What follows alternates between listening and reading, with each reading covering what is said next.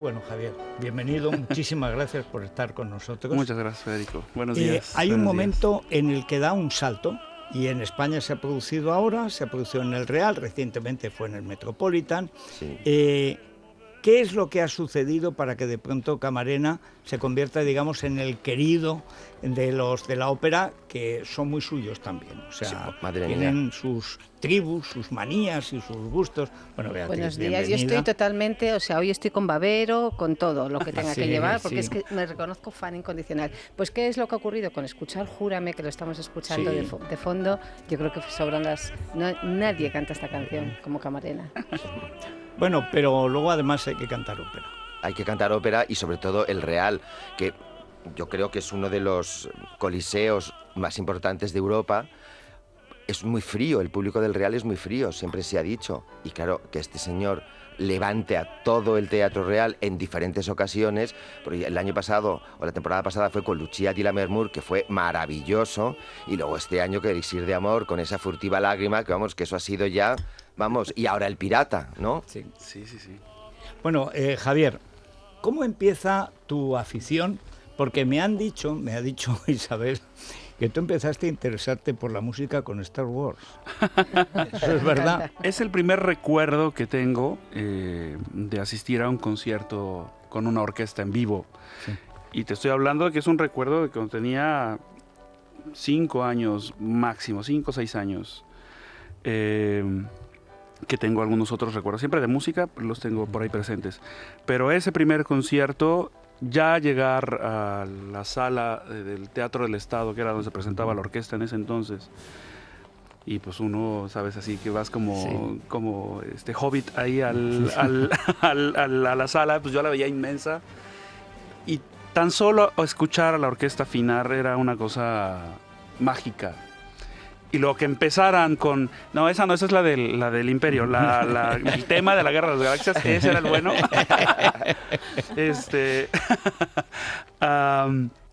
Sí, fue algo mágico, porque también estaba... Ese mérito. Estaba en esos primeros años descubriendo también toda esta saga de ¿Y por qué de la Guerra de pensaste las en Galaxias. ese momento en cantar y no en tocar? ¿O pensaste No, en tocar? en ese momento no. O sea, ahí ya la parte intrínseca que traía del gusto por la música clásica, pues como que se reveló, se mostró, pero la cosa de la cantada fue mucho después. O sea, ya entrando, yo empecé a estudiar canto porque quería estudiar música. Cuando me decido, después de 2 años de ingeniería mecánica eléctrica. Bueno, cuando estabas ya a punto de terminar una carrera para ser un hombre como Dios manda. A mitad. Yo dije, esto no es para mí. Yo realmente estoy apasionado por la música, quiero estudiar música. Y para asegurarme de entrar a la facultad, escogí canto, porque para estudiar piano necesitabas 12 años máximo de edad, sí. Para estudiar guitarra 17 años máximo, yo ya tenía 19, y canto pues tenía límite como con 23, 24 años para las voces masculinas, y dije, bueno, ahí aquí todavía entro. Y entro. Pero ¿cómo decide uno que va a estudiar canto? Porque alguien le ha dicho que canta maravillosamente. No, bueno, mira, yo cantaba en el coro de la iglesia y yo quería estudiar música porque yo hacía mis composiciones para la misa. Yo escribía los cantos para la misa. Y quería, pues, hacer las cosas mejor. Y entré a canto porque de todas maneras yo cantaba en eso, cantaba en grupos en estos grupos de rock para los que cantaban en los bares, en grupos para fiestas. Sabía que tenía la voz, sabía que estaba afinado, pero no tenía ni la más remota idea de ópera porque jamás escuchamos ópera. Mi familia, absolutamente. ¿Cómo es en tu nunca. familia que un casi graduado dijera... Pues dejo no, todo mi ingeniería y me lanzo a la música, que no deja de ser un riesgo? No les cayó muy en gracia. Lo puedo entender, lo puedo entender. Que no tienes antecedentes de... Oh, no. Fui la primera oveja negra de la familia. Fíjate, y ahora cómo están tus padres, bueno, estarán como locos, ¿no? Sí, Después de sí, ver sí. tu carrera. Ya me pintaron de blanco. Pero, por ejemplo, es que es importante esto porque, por ejemplo, Plácido viene de cantantes de zarzuela de toda la vida. Toda la vida, Es decir, sí, sí. Él lo ha estado Familia. escuchando siempre. En tu caso es una vocación contracorriente. Y en general, o sea, hablando en términos de sociedad, uno siempre se topa con ¿y qué estudias? Música, sí, pero ¿qué? ¿qué carrera estás estudiando en serio? Vaya, que el estudio de la música no nomás es ir con mi mamá todavía. Sí. Pues ¿qué? Vas y cantas y ya, ¿no? O sea, Sí.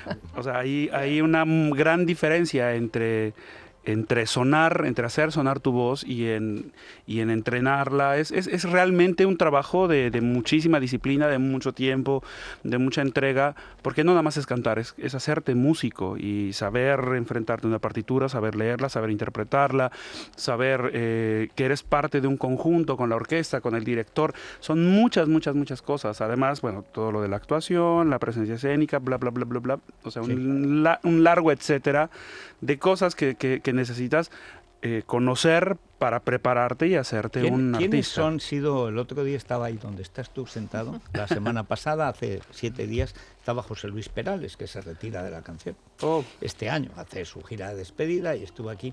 Y él contaba cómo al principio le dijeron que no debía cantar, que lo que tenía que hacer era componer. Y un señor, Trabuchelli, que era un gran arreglista, dijo, no, hombre, no, tú tienes que cantar. ¿Tú qué haces en una oficina?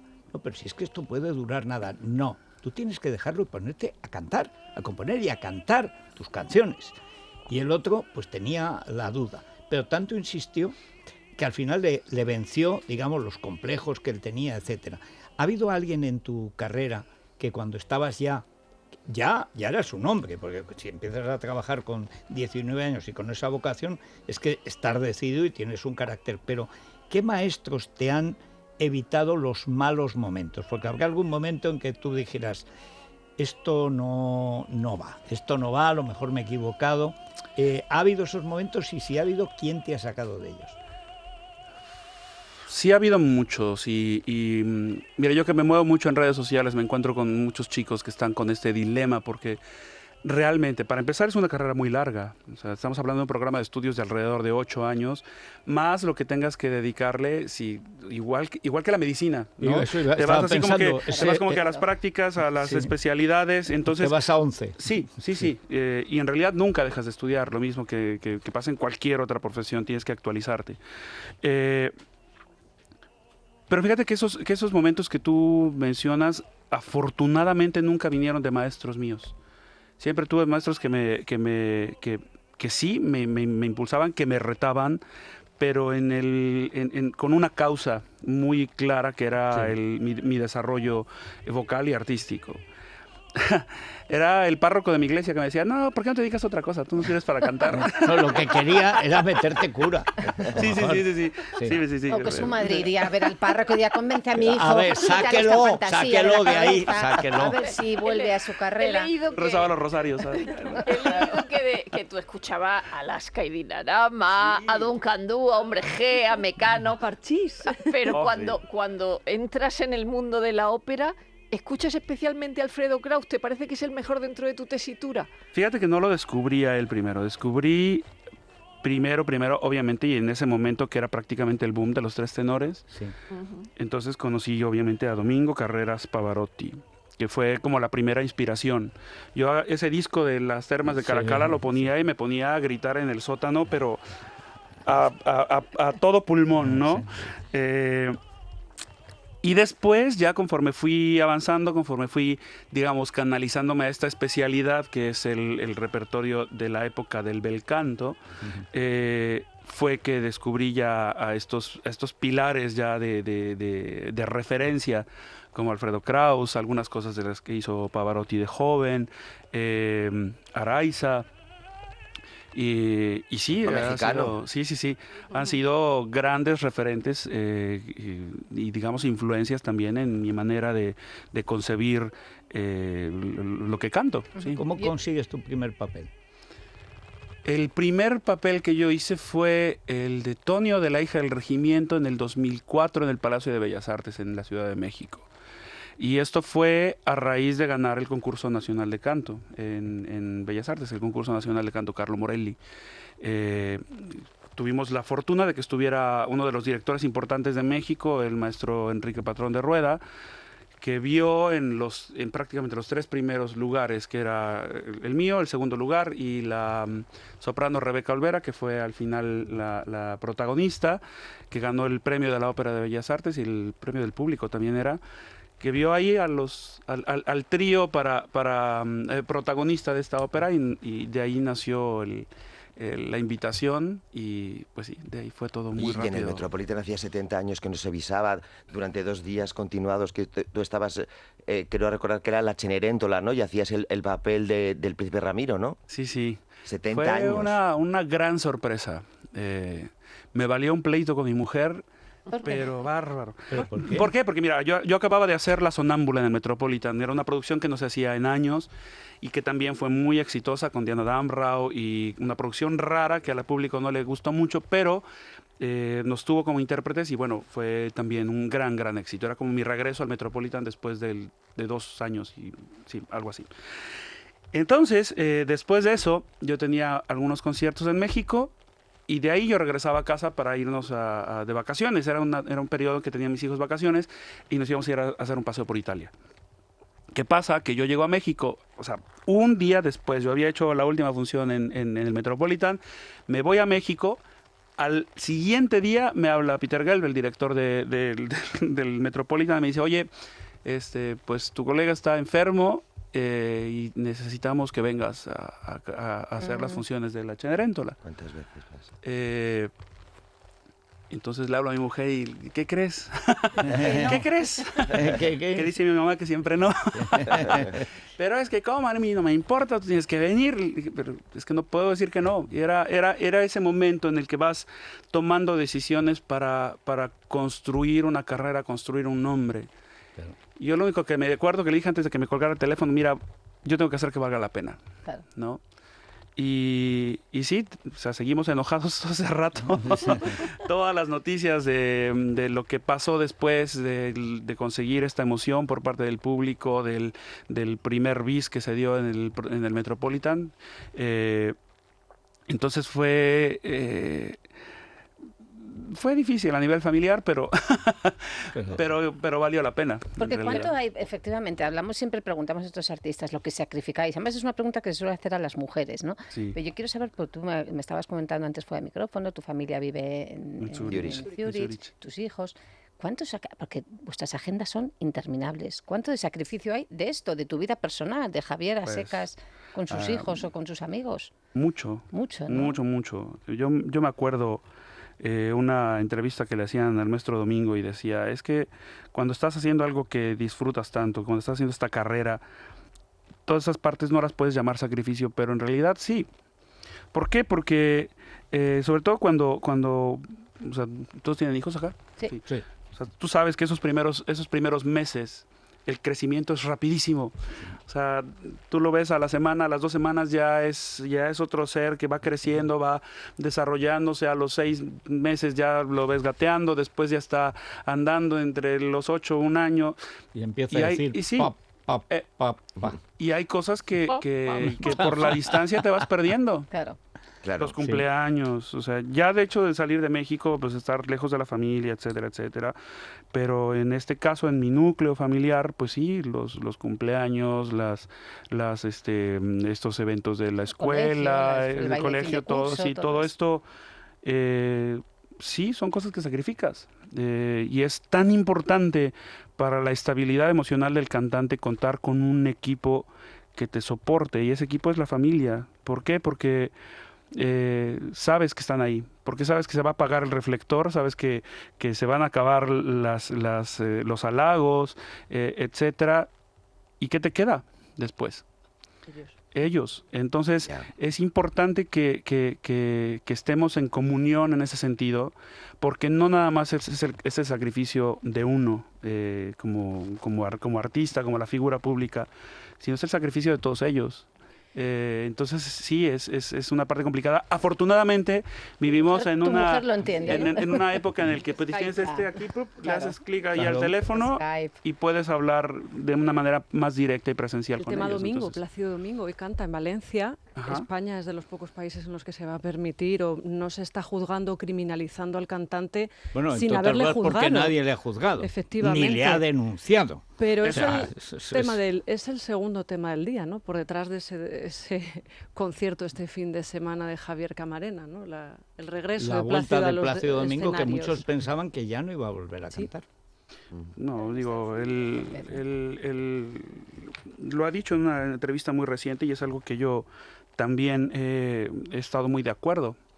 O sea, es una gran diferencia, ya lo mencionabas, Felipe, Federico, es una gran diferencia entre hacer una denuncia y hacer una declaración. Y tienen fines distintos, creo yo. En este caso, ya se ha presentado en Suiza, por ejemplo, ya se ha presentado en Salzburgo también, donde hay esta civilidad de dar esta parte de la presunción de inocencia también. Sí.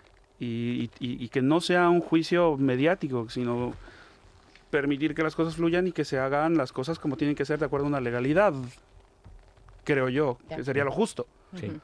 Entonces, Pero México también se contagió porque hace unos meses él iba a hacer... pero eso él decidió no hacerlo. Ya, decidió no Decidió hacerlo. no Creo que el problema, Plácido, será en Estados Unidos seguramente, donde lo va a tener muy complicado. Sí, bueno, es una sociedad distinta. Sí, en Chicago ya le quitaron del medio, en Los Ángeles, y no sé, es una situación bastante comprometida, desde luego. ¿Cómo es el entrenamiento de un tenor? Digo entrenamiento aposta, como si se tratase de un deportista. Es que es un deporte. Porque Hay unas físicamente horas es una para gran horas. exigencia, claro.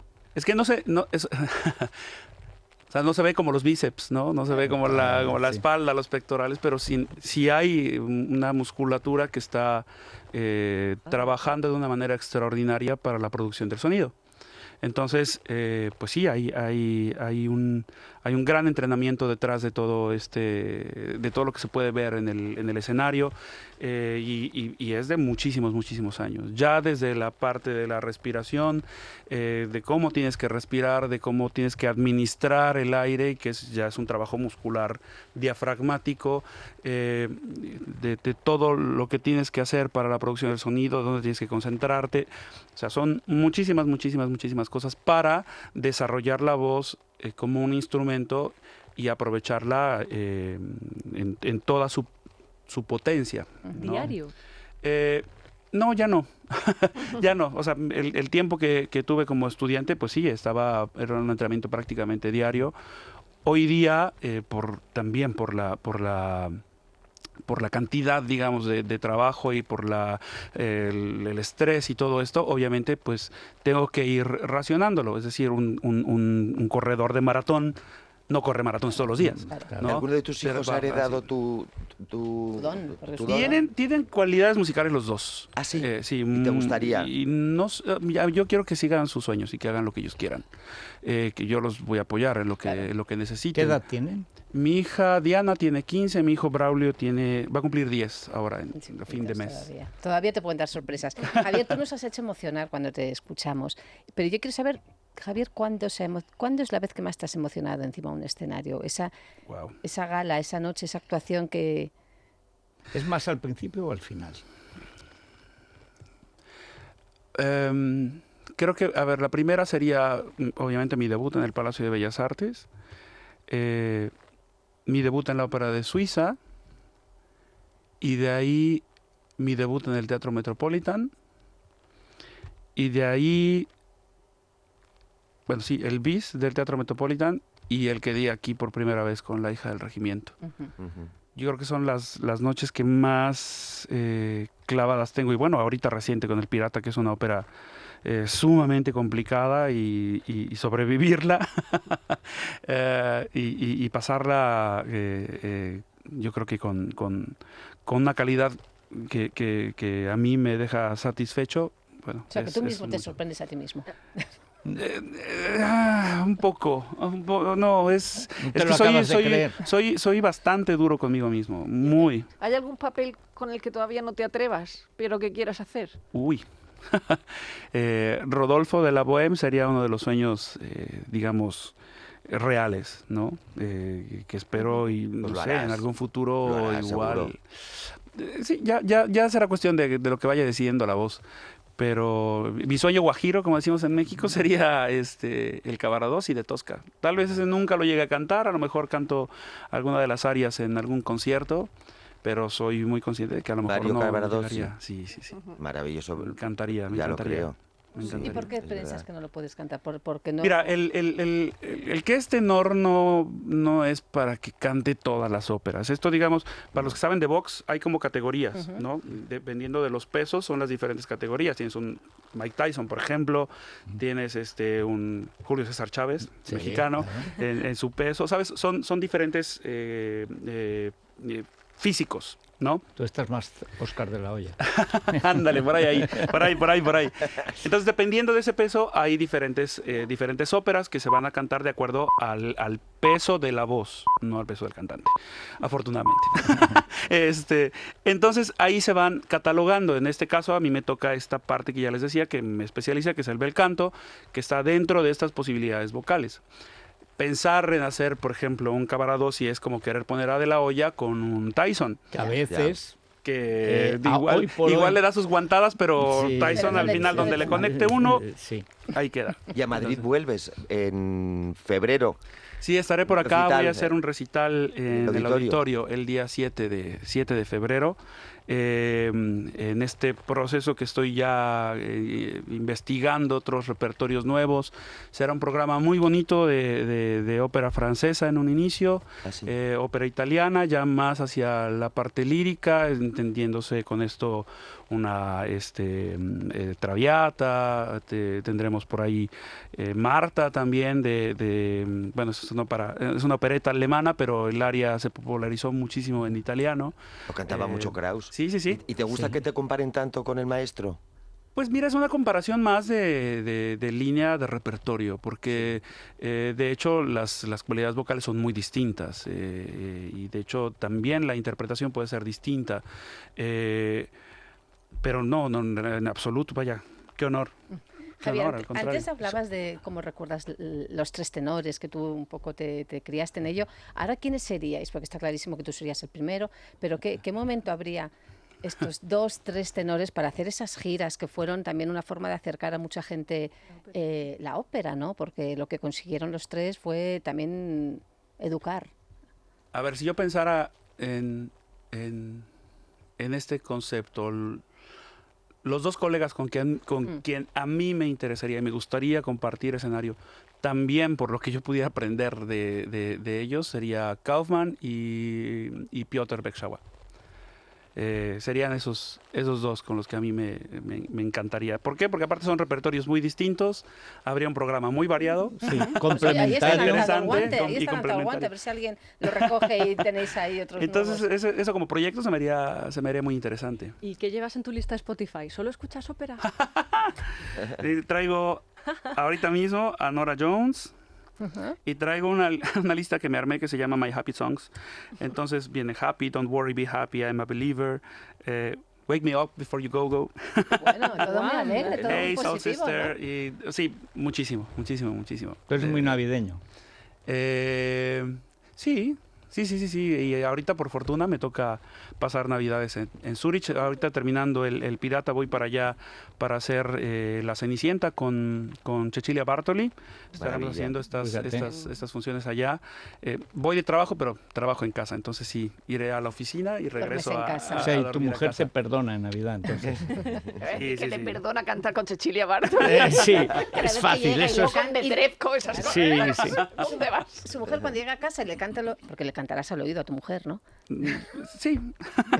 Tienes que convencerla. Bueno, ¿cómo fue vuestra historia? Porque eso, cuando hablas de la estabilidad de un cantante con esta exigencia, con estos estrés, ahora por ejemplo España, bueno, te ha cogido, no estás de niño Jesús porque ya estás mayor, pero en fin, estás en un momento en que de pronto ya toda España, hasta que no va a la ópera, hombre, claro, este tío es simpaticísimo y tal, y ahí de pronto un público con el que no contabas, pasó con los tres tenores, te adopta. Bien, sí.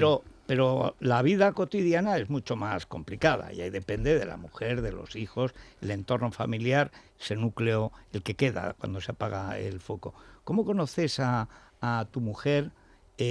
a ella le gusta también la ópera, está en este mundo, está totalmente fuera de este mundo. ¿Cómo es Ella- vuestro equilibrio? Ella es músico, nos conocimos en la escuela de música. Nos casamos antes de graduarnos y bueno, ya O llevamos... sea, que fue De fulminante. todo, o sea, Sí, toda la sí, vida, sí, lo que sí, dice sí, la novia ya, toda la vida. O sea, casados llevamos 16 años y juntos pues ya prácticamente 20, la mitad de mi vida. Literal, es la mitad de mi vida. Y sí, es muy importante. Ella obviamente pues sabe de las exigencias de esta carrera, las entiende. A la ópera se ha hecho por mí. Claro. Y hoy día, vaya, creo que sabe mucho más de ópera que de guitarra, que es su profesión.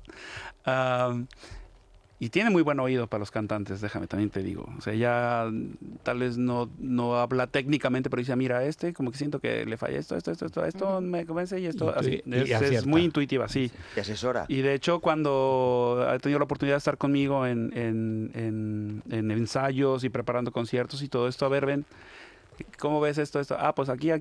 Sí, prácticamente Hacéis también equipo, me hace asesoría. Pero esta parte emocional, pues sí, es complicada. Es complicada. O sea, yo este año, por ejemplo, en casa, si acaso un mes, o sea, repartido en todo el año es que he estado. De ahí en fuera, vaya, no es que estemos separados, cada que tienen vacaciones los niños, pues van y me alcanzan donde yo esté. Hemos pasado el verano juntos. No he estado en mi casa en realidad. Marido ideal. También eso dice mi mujer. Así Claro. no os vais a divorciar nunca, 16 años, claro. Sí, Eso sí. es Que perfecto. corre la En un principio era difícil extrañarnos. Ahora necesitamos extrañarnos. Una curiosidad, ¿te llevas bien con Juan Diego Flórez? ¿Sois rivales? No somos los grandes amigos porque no hemos tenido la oportunidad de convivir tanto, pero siempre hay un trato muy cordial cada que tenemos la oportunidad de coincidir en un escenario. Es un cantante al que admiro. Por su trayectoria, por lo que ha logrado, por sus capacidades, digo, la forma que tiene él de interpretar Rossini no tiene rival, o sea, hoy día, hay que decirlo. Es un gran cantante, una voz preciosa, su forma de interpretar también es muy linda, pero no, o sea, al menos de mi parte, no, rivalidades no. Qué bueno que haya diferentes tenores hoy día, Claro, como para claro, poder claro. apreciar. En cambio, con las Cecilia óperas. Bartoli tienes muy buena relación. Sí, la quiero muchísimo. Es una colega que he admirado desde que estaba como estudiante, que el primer encuentro con ella fue cuando hicimos la grabación de La Sonámbula en Zurich. Yo llegué ahí todo recién llegado de México y ella fue la que se acercó después de mi debut de la italiana Argel en Zurich. Llegó y me dijo, oye, me encantó tu participación, me gustaría trabajar algún día contigo. Y tú lloraste. No, me aguanté. Tenía loco como Remy aquí. Pero sí, es una gran colega a la que admiro y a la que quiero muchísimo. Bueno, Javier, es un placer, estaríamos contigo pues todo el tiempo. Es que cuando un mexicano cae bien en España, ya es para siempre. O sea, Alaska y tú, yo creo que sois los dos casos más ¿Sabes que extremos. trabaja aquí Alaska con Y nosotros? se sabía. sienta ahí, en Se sienta ahí ese los sillón. martes. Bueno, le dejo aquí un besito. 1000 campanas suenan. Sí. Vamos, que si quieres cantar, no te vamos a decir que no, vamos. ¿Cantarías un poquito? Ay, Dios, es que es muy temprano. Lo que tú quieras. ¿Qué les puedo cantar? Muñequita linda de cabellos de oro, de dientes de perlas, labios de rubí. Dime si me quieres como yo te adoro, y si de mí te acuerdas como yo de ti. Y a veces escucho un eco divino que envuelto en la brisa parece decir: sí, te quiero mucho, mucho, mucho, mucho, tanto como entonces y siempre hasta morir. ¡Bravo! Oh. ¡Bravo! Quiero este de Bueno, María querida. bueno, muchísimas gracias. Hombre, Felices gracias, un placer. Pascuas, Es un regalo de recuerdos a Navidad. la familia. Este es nuestro, pues Nuestro eso, regalo de Navidad. nuestro Feliz regalo. Navidad y un próspero 2020 para todos los radioescuchas. Bueno, muchísimas gracias, Gracias, Javier. gracias. 3 minutos y volvemos. Es la mañana de Federico, con Federico Jiménez Los Santos.